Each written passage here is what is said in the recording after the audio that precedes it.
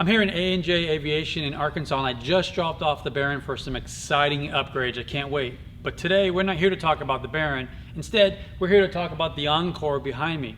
This is the first Citation Encore to have the Avidyne 500 series installed. Well, why is that significant? Because with this installation, the Avidyne IFDs are now certified to be installed in the entire line of Cessna Citations. The Encore comes with the Primus 1000 flight deck.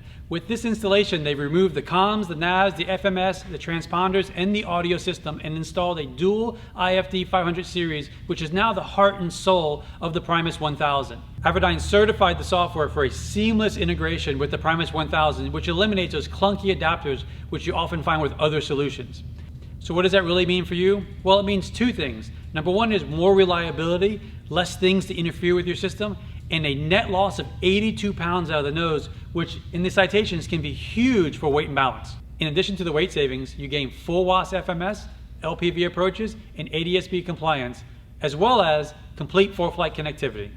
With the hybrid touch technology integrated into the Avidyne IFD series, you save an average of 22 button pushes or knob turns for every hour of flight, allowing you to concentrate on what's most important, flight safety. But don't take my word for it. Today, we're going to see the Avidyne IFDs in action.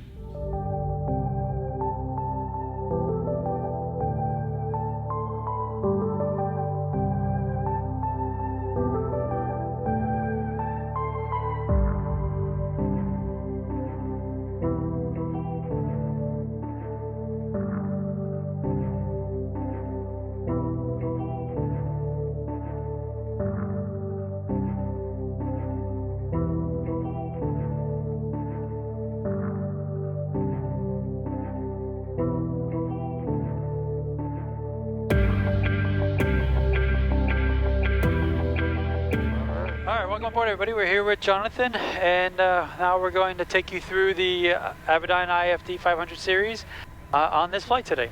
Once we have these all powered on, we go ahead and click through confirming everything is good. We'll turn on the Wi-Fi and Bluetooth on nav 1. We'll go ahead and ignore it on nav 2. First thing you want to do is you want to come to the FMS page and go ahead and put your flight plan in. In this case, it sees where we are already, which is Springdale. In our case, we're just going to go up and we're going to do some practice approaches. So we'll go ahead and we're going to head out to the Fayetteville Airport. We're going to put in Kilo, Foxtrot, Yankee, Victor. It already sees it. We're going to hit enter. We'll have that in. And then we'll head back this way afterwards. We'll put in Kilo, Alpha, Sierra. It already sees that. Golf. Here, we're going to go ahead and activate this flight plan. Come to the map page. You can see as it's going up and coming back. Can we put Harrison in for a just situational awareness? Sure. Would you HRO? So you just come right here. You can also press a button as well as the touch screen for those who like the buttons, and you can just hit waypoint, and then you can, again, for those who are used to knobs, you can just spin a knob and go HRO.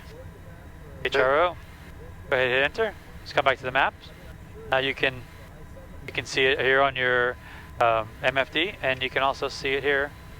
This. Now you can, if there's too much clutter for you, we can go ahead and move some of this nav information to whatever level you're comfortable with.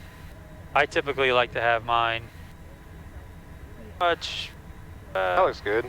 Like that. Okay, we'll leave it there. I usually go one farther back, but here we'll leave it set up how you like. There's your land. So next step, of course, we want to get our radius. The easiest way to do that. There's three ways you can do it, right? So there's the old school. You can go ahead and enter it in here.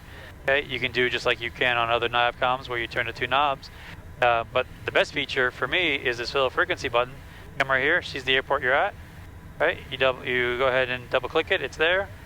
Activate it. 13 Celsius. So go ahead and we'll load up ground. I'll come back to the frequency page. Load in the tower. Got tower entered. Now we got ground there. As you can see, Springdale ground and tower and standby.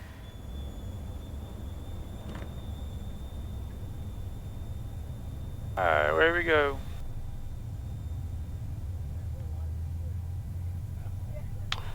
Alright. Airspeed is alive. 80 knots, cross check. V1, rotate.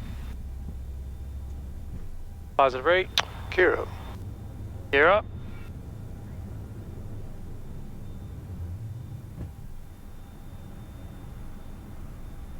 Alright, so there are many really amazing features about the IFD 500 series. Some are very obvious and in front of you, and then some are not so obvious. So one of the first great features that I personally love is I love seeing the identification of who you're actually talking to. So in our case, we're talking to Razorback approach. You can see we've got Springdale Tower preloaded. Because often when you're flying in areas you're unfamiliar with, you get handed off and you don't really know who you're talking to, and you get, sometimes you don't even understand what they said, especially when you get in some of these military areas. I'm like, who? What'd you say? So that's a big feature of mine that I like. So after that, of course, we're sitting here on what's called the SVS page, and on here it's kind of like your attitude indicator. It's there, and it gives you good situational awareness. You can kind of see the map there showing northwest. When you're flying on a flight plan, you'll see a magenta line, and you can see if you're on track for that. And it'll show your waypoints as little signs in the sky as well, which is a great little feature. Again, just giving you a nice little visual reference to what's around. Personally, I'm a big fan of having this data page up because I always like to see my data page with all your information. And these are all customizable, and it's not just what you have here, but you can scroll through as well and have more. But every single page on here, from your vertical speed required to your GPS altitude, all that, you can customize it to however you prefer in whatever order. So like I like vertical speed. There's certain things you can do and add, and it's whatever works best for you. You can have multiple pilots programmed in here. So if you like it one way, I like it another. Well, when you're flying PIC, you can have it your way. When I'm flying PIC, I can have it my way. That'll save some time setting up the radios. Absolutely. So the big thing about the IFD 500 series is that it now is the heart and soul of the Primus 1000 FMS system. So for those who are accustomed to the FMS, it has the regular FMS setup where you simply you have all your waypoints. If you want to add a waypoint in between two waypoints, simply put the line there. You want to use a touchscreen. Here it comes up. You have your waypoints. You have your holds, and you have your approaches. So you can do it by touchscreen. You can also just use the knob button, press it here, and it all comes up. And just like you're accustomed to on FMSs, if we were flying to a Victor Airway, you would simply go press it here. The Victor Airway would show up. You would choose the Victor Airway. You would choose where you want to get off it, and not have to worry about any of the waypoints in between. It'll just simply fill them up. So if you want to set a crossing restriction, you can simply tell it you want to cross. Regional Tower 127.1. You can say 5 miles before HRO at, or you can choose at or above, or at or below 8,000 feet, and then it'll calculate your vertical speed required. If you set a VNAV profile in there already, let's say you say, okay, I'd like to. My preferred top of descent, I want to be at 1,500 feet per minute. Then when you get to your top of descent, it'll both show up on the map screen as well as give you a top of descent, a sound, a ding, that sounds like a doorbell, dong, letting you know there's your top of descent, and begin your way down. Simple, all on the FMS page. When you're choosing the load and approach, approaches are pretty simple, and we're going to shoot an approach in a little bit, so we'll do it for real. But again, there's multiple ways to do it. You can come to the approach tab and just choose your approach. Choose your ILS for 18. Choose how you transition, and then you're done. Now, that can be done from any page. You can be on this page, and you can just simply come to the procedure button and choose your approach from there as well. All right, so we'll load an approach into Fayetteville. You can tap up here. We'll choose the RNAV 34, the LP. Let's see. Hit enter. You want, what transition would you like? Let's put in Vimsu. Yeah, that should work. All right, so put in, how'd you pronounce that? I think it's Vimsu. You're a better man than I am. So we'll go ahead and enter that, hit enter. Now it's all set. All we have to do is activate the approach when we're ready. So another cool feature is while you're on your FMS page, you can enter everything in just as we did, except we can do it and one with just the tab open. The advantage of having the tab open is as we enter our flight plan, we can actually see it on the map. But it's a great, reassurance that it is indeed, awareness. Exactly, it is indeed what we think it is, and we are indeed going where we think we're going. And that's what's great about the info page. Of course, in this short flight, we're not going to be able to go through all the features, but it's chock full of features. Any info you would want on an airport, Roger, stand by for vectors. as far, whether it be runway information or METARs or tabs, anything you need is all here in the info tab. Of course, you can go through the FMS and you can store routes in here, switch through, and you can put in your own custom waypoints. And of course, there's the nearest tab. The cool thing about the nearest tab is, of course, you got nearest airports to where you are. All right, and then you can choose nearest VORs. I'm not sure anyone uses those much anymore, but nearest NDBs, I really don't know anyone uses those anymore. Intersections, which is handy when you're getting into a quick intersection. Fly heading 060, Arches, I never say that right. Answer 734 Bravo. Flight service stations, and then of course your own custom waypoints. The other thing I like is when you're on a cross country, you can pull up on the nearest airports to your destination. So in this case, you see nearest to Fayetteville. So if you're flying along and you know the weather is kind of bad and you think you're going to have to divert, well, you pull up the nearest. Here's your whole list of everything that's near your destination, and you can choose your alternate if you want to change it from what you had originally filed.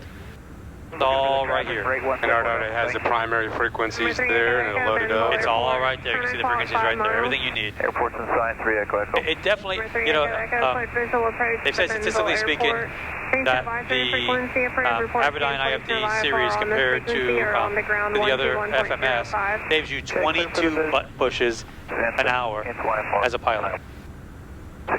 That's a lot of savings because, as you can see, it's all right here and one step away. Well, even with that, in a normal cruise, you're not pushing a lot of buttons. When you start pushing buttons, you're in the approach in the terminal area where it's very busy, and you don't want to be pushing those 22 buttons. Exactly. Not the time to be messing around with stuff. I couldn't agree more. Of course, the map page is very similar to FMS page, except the only difference is instead of all those additional your waypoints, it has here whatever you programmed in here, all your data is in here. And of course, what would an FMS be without your charts? And you have all of your charts right here, and you can load them up. You just choose your chart, airport chart. You can change the views, plan view, header view, runways. You can choose the charts. You can choose the procedure. So we're going to do the. Go ahead and select chart. And we're going into Fayetteville. So I'm going to paste Fayetteville, and we're choosing the RNAV and the 3-4. Enter. So here's our chart. Here's our procedure. The plan view. There's the header view. And this is the view I personally prefer. I don't know what you prefer, but there you go. And you'll actually will track us on there when we get to that point. All right. The aux page is where you'll find all of your things if you want to put checklists and calculators. And again, this flight we don't have time to go through all this, but there are lots of videos out there. And there's videos on my YouTube channel, Baron Pilot, where you can see all the different features that this unit has. So I think that's a pretty quick generic overview of how this works. Just some of the options. So now I think it's time we go ahead and we head in, shoot an approach, and watch this, see how this handles an approach. All 7 Citation on our Whiskey Tango, 5 miles from final approach stage, turn left heading 030, maintain VFR, cleared RNAV, runway 34 approach. Continue left turn 030, cleared RNAV 34, Citation 9 Whiskey Tango. Alright, so let's go approach.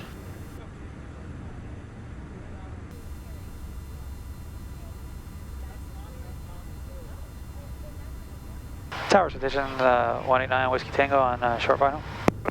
Citation 189 Whiskey Tango, roger. Runway 34, cleared land. 34 clear land, Whiskey Tango.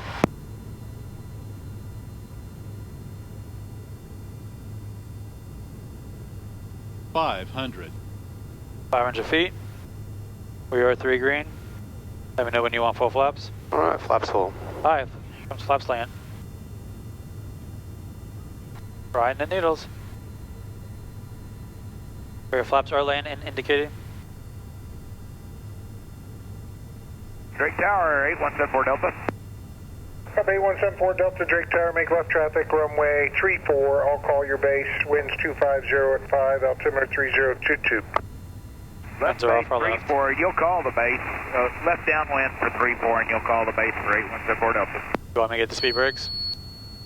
Yeah, we'll get them out since we're unsure of our, I'll wait to turn it off.